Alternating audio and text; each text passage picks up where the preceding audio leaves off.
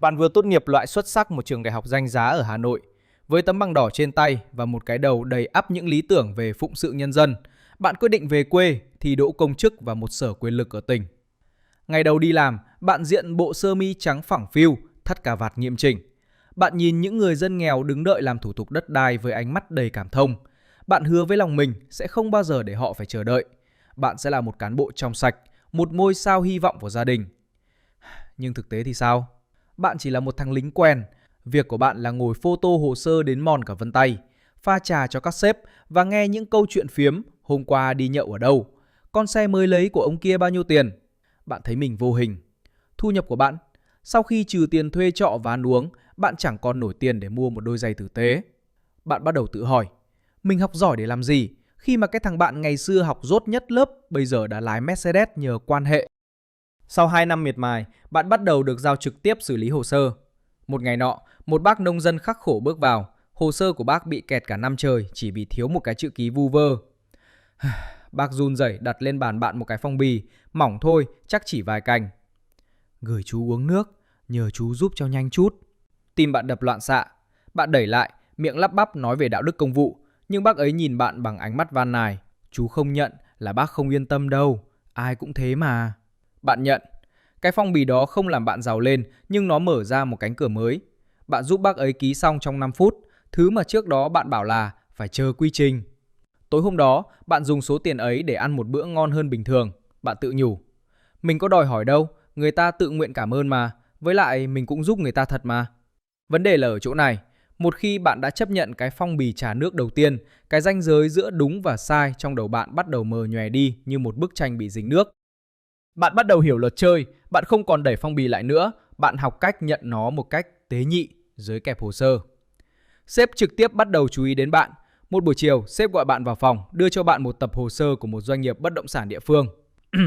Chú xem giúp chỗ anh em, hồ sơ này có mấy chỗ chưa chuẩn, nhưng họ là người quen của tỉnh. Chú linh động tí nhé. Bạn xem qua hồ sơ này, nếu đúng luật thì phải loại ngay từ vòng gửi xe. Nhưng bạn nhìn vào ánh mắt của sếp, đó không phải là một lời đề nghị, đó là một bài kiểm tra lòng trung thành. Bạn gật đầu, dạ, để em xử lý kín kẽ ạ. Nání? Bạn đang tự hỏi tại sao mình lại đồng ý nhanh thế ư? Đơn giản thôi, vì tối hôm đó sếp dẫn bạn đi nhậu với chủ doanh nghiệp đó. Lần đầu tiên bạn được bước vào một phòng VIP kín đáo, nơi mà chai rượu trên bàn bằng cả năm lương của bạn. Chủ doanh nghiệp gọi bạn là anh em, vỗ vai bạn như người nhà. Khi ra về, sếp đưa cho bạn một cái túi giấy. Quà biếu bố mẹ ở quê, anh em mình cả. Trong túi là 2 cây thuốc lá và 50 triệu đồng tiền mặt. Lần đầu tiên trong đời, bạn cầm một số tiền lớn đến thế. Bạn thấy sợ, nhưng cũng thấy phấn khích lạ kỳ. Bạn bắt đầu nhận ra, ở cái bộ máy này, tài năng chỉ là điều kiện cần, còn biết điều mới là điều kiện đủ để thăng tiến. Bạn chính thức trở thành người em thân tín của sếp. Một con tốt bắt đầu được quy hoạch để đi những nước cờ lớn hơn. Thực tế thì nó cay đắng hơn nhiều, vì bạn vừa mới ký một bản hợp đồng bán đi linh hồn của mình mà chính bạn cũng không hề hay biết.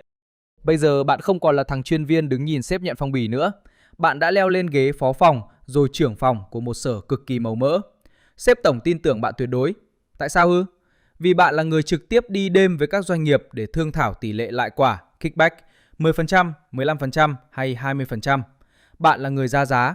Bạn bắt đầu học cách dùng thuật ngữ xử lý cơ chế. Nhưng chờ đã, có một điều quan trọng bạn phải học. Tiền không bao giờ được chảy trực tiếp vào túi bạn. Đó là red flag to đùng cho các cơ quan thanh tra.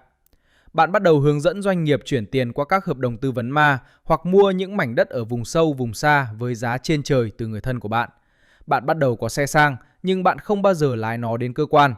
Bạn vẫn đi một chiếc xe cũ, ăn mặc giản dị, nói chuyện đạo lý trong các cuộc họp. Nhưng sau giờ làm, bạn là khách VIP của những sân golf triệu đô, nơi những thương vụ nghìn tỷ được chốt chỉ sau một cú swing. Vấn đề thực sự nằm ở đây này.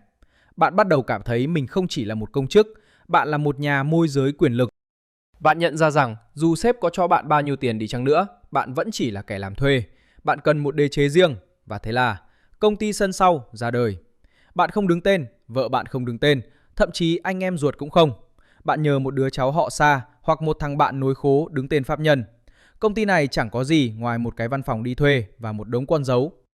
Nhưng kỳ diệu thay, cứ dự án nào bạn duyệt, công ty này lại trúng thầu ở hạng mục cung cấp thiết bị hoặc tư vấn giám sát. Tiền ngân sách nhà nước chảy thẳng từ dự án vào túi doanh nghiệp, rồi vòng vèo qua vài ba tầng nấc để cuối cùng hạ cánh an toàn trong tài khoản của bạn ở nước ngoài. Bạn bắt đầu biết đến khái niệm rửa tiền vài năm sau. Bạn mua bất động sản ở Singapore, cho con đi du học ở Mỹ với mức chi phí mà một quan chức bình thường có làm cả đời cũng không trả nổi. Bạn nghe đúng rồi đấy. Tầm này bạn không còn sợ sếp nữa vì bạn biết quá nhiều bí mật của sếp. Hai người bây giờ là đồng minh sinh tồn. Đây là cấp độ mà bạn bắt đầu chạm tay vào quyền lực thực sự. Bạn không còn đi xin dự án nữa, bạn tạo ra dự án. Bạn tham mưu cho lãnh đạo cấp cao về một quy hoạch đô thị mới hoặc một cơ chế đặc thù cho một ngành kinh tế. Bạn cài cắm những điều khoản đo ni đóng giày cho các tập đoàn thân hữu. Bạn biến những khu đất công thành đất tư chỉ bằng một vài dòng chữ lách luật trong văn bản. Tại sao không ai phát hiện ra ư? Vì bạn làm nó cực kỳ đúng quy trình. Bạn có đủ các bước, xin ý kiến, họp bàn, hội thảo chuyên gia, nhưng tất cả những chuyên gia đó đều đã được bạn chăm sóc kỹ lưỡng. Một chữ ký của bạn lúc này có giá trị hàng trăm tỷ đồng. Doanh nghiệp nhìn bạn như một vị thần tài, các cô gái trẻ vây quanh bạn như những con thiêu thân. Bạn tận hưởng cảm giác được ngồi trên đỉnh cao của tiền bạc và quyền lực. Thực tế thì nó cay đắng hơn nhiều, vì mỗi đồng tiền bạn kiếm được đều đang rút ruột từ mồ hôi nước mắt của người dân, từ những công trình xuống cấp hay những khu quy hoạch treo hàng thập kỷ. Và trong bóng tối, chiếc lò bắt đầu được nhóm củi. Những cái tên thân cận với bạn bắt đầu biến mất một cách bí ẩn. Bạn bắt đầu thấy khó ngủ dù nằm trên chiếc nệm đắt nhất thế giới. Vài năm tiếp theo, chúc mừng, lúc này bạn đã là một anh lớn thực thụ. Bạn ngồi ở vị trí mà cấp dưới nhìn vào phải run rẩy, còn các đại gia bất động sản nhìn vào thì thấy một mỏ vàng. Nhiệm vụ của bạn bây giờ không còn là duyệt mấy cái dự án lặt vặt nữa. Bạn là người điều phối các liên minh ma quỷ. Bạn kết nối giữa các tập đoàn tư nhân khổng lồ với các quyết sách của tỉnh, của bộ. Bạn biến những khu đất công sản có giá trị hàng chục nghìn tỷ thành dự án của anh em chỉ bằng một cái nháy mắt trong cuộc họp thường vụ. Nhưng chờ đã, có một điều cần lưu ý. Ở tầm này, tiền mặt đã trở nên quá lỗi thời. Bạn nhận quà bằng cổ phiếu đứng tên người khác, bằng những căn penthouse ở nước ngoài hoặc bằng những chuyến chuyên cơ đi đánh golf tại các resort sang chảnh nhất thế giới. Bạn cảm thấy mình là bất tử. Bạn nghĩ rằng mạng lưới quan hệ của mình đã bao phủ khắp mọi nơi. Bạn tự tin đến mức bắt đầu flex quyền lực một cách lộ liễu hơn. Bạn nghe đúng rồi đấy. Bạn bắt đầu tin rằng mình chính là luật pháp. Bạn nhận ra tiền và quyền là chưa đủ. Bạn cần một tấm khiên đạo đức. Bạn bắt đầu chi tiền cho các chiến dịch truyền thông để xây dựng hình ảnh một lãnh đạo gần dân, liêm chính hay nói những lời gan ruột về chống tham nhũng. Bạn xuất hiện trên TV nói về việc kiên quyết xử lý những con sâu làm dầu nồi canh, trong khi túi áo vest của bạn vẫn đang nóng hổi những chiếc thẻ ngân hàng từ các tập đoàn sân sau. Vấn đề thực sự nằm ở đây này. Bạn dùng quyền lực để bịt miệng những nhà báo tò mò. Bạn điều hướng dư luận để tấn công những đối thủ chính trị đang cản đường mình. Bạn biến những sai phạm của mình thành sai sót trong quá trình thực hiện nhiệm vụ hoặc vì lợi ích chung của địa phương. Bạn nhìn những kẻ liêm chính khác bằng ánh mắt khinh bỉ, coi họ là những kẻ không biết thời thế. Tại sao bạn lại tự mãn đến thế? Vì bạn chưa bao giờ thất bại. Bạn tin rằng mình đã xây dựng được một vùng an toàn tuyệt đối, nhưng thực tế thì nó cay đắng hơn nhiều. Vì chính cái sự ngạo mạn đó là dấu hiệu đầu tiên của sự sụp đổ. Và rồi, bầu trời xanh bắt đầu vần đục. Những bản tin thời sự không còn nhắc về những dự án nghìn tỷ của bạn nữa, mà bắt đầu nhắc về cụm từ kiểm tra dấu hiệu vi phạm. Một sáng sớm, bạn nghe tin thằng đệ thân tín nhất, người đứng tên cho 5 cái công ty sân sau của bạn, đã bị mời lên làm việc. Tim bạn hững một nhịp, bạn nhấc máy gọi cho sếp lớn để hỏi thăm tình hình. Nhưng đầu dây bên kia chỉ là những tiếng tút dài lạnh lẽo. Bạn nhận ra mình đang bị cô lập. Vấn đề là ở chỗ này, bạn bắt đầu cuống cuồng tiêu hủy chứng cứ. Bạn thức trắng đêm để đốt những tập hồ sơ nhạy cảm trong lò sưởi của căn biệt thự. Bạn ra lệnh cho vợ con tẩu tán tài sản, chuyển vàng và ngoại tệ đến những hầm ngầm bí mật. Bạn bắt đầu soi xét từng người quanh mình, nghi ngờ cả thằng lái xe trung thành 10 năm nay là nằm vùng. Thực tế thì nó là một kiếp nạn thứ 82 mà bạn không thể trốn tránh. Mỗi tiếng còi xe cảnh sát đi ngang qua nhà đều khiến bạn giật mình, mồ hôi chảy ròng ròng dù máy lạnh đang để 16 độ. Bạn nghe không nhầm đâu, vương miện của bạn đang dần biến thành một cái gông cổ và những người từng gọi bạn là anh em đang xếp hàng để khai ra bạn nhằm đổi lấy sự khoan hồng. Bạn nhận ra lưới đang bủa vây mình. Những người anh em ngày xưa thề sống chết, giờ đây chỉ cần nghe thấy tên bạn là họ dập máy nhanh hơn cách người yêu cũ hủy kết bạn. Bạn bắt đầu dùng đến những quân bài cuối cùng, tiền tệ và quan hệ. Bạn chi hàng triệu đô để tìm cách chạy, không phải chạy dự án nữa mà là chạy tội. Bạn tìm những kẽ hở trong luật pháp, những mối quan hệ cũ ở cấp cao hơn để xin một sự khoan hồng hoặc ít nhất là một cái án treo.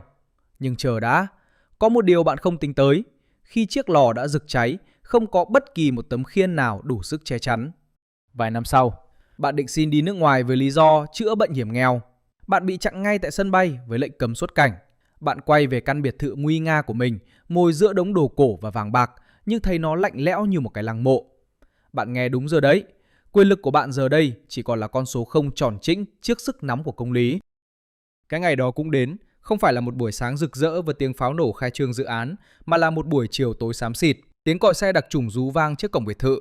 Bạn nghe thấy tiếng gõ cửa, không phải tiếng gõ rụt rè của đám đệ tử, mà là tiếng gõ đanh thép của cơ quan điều tra, đọc lệnh khởi tố và khám xét nơi ở. Khi họ bước vào, họ lôi từ trong trần thạch cao, dưới hầm rượu và cả trong những thùng loa cũ, những xấp ngoại tệ dày cộp mà bạn chưa kịp tẩu tán.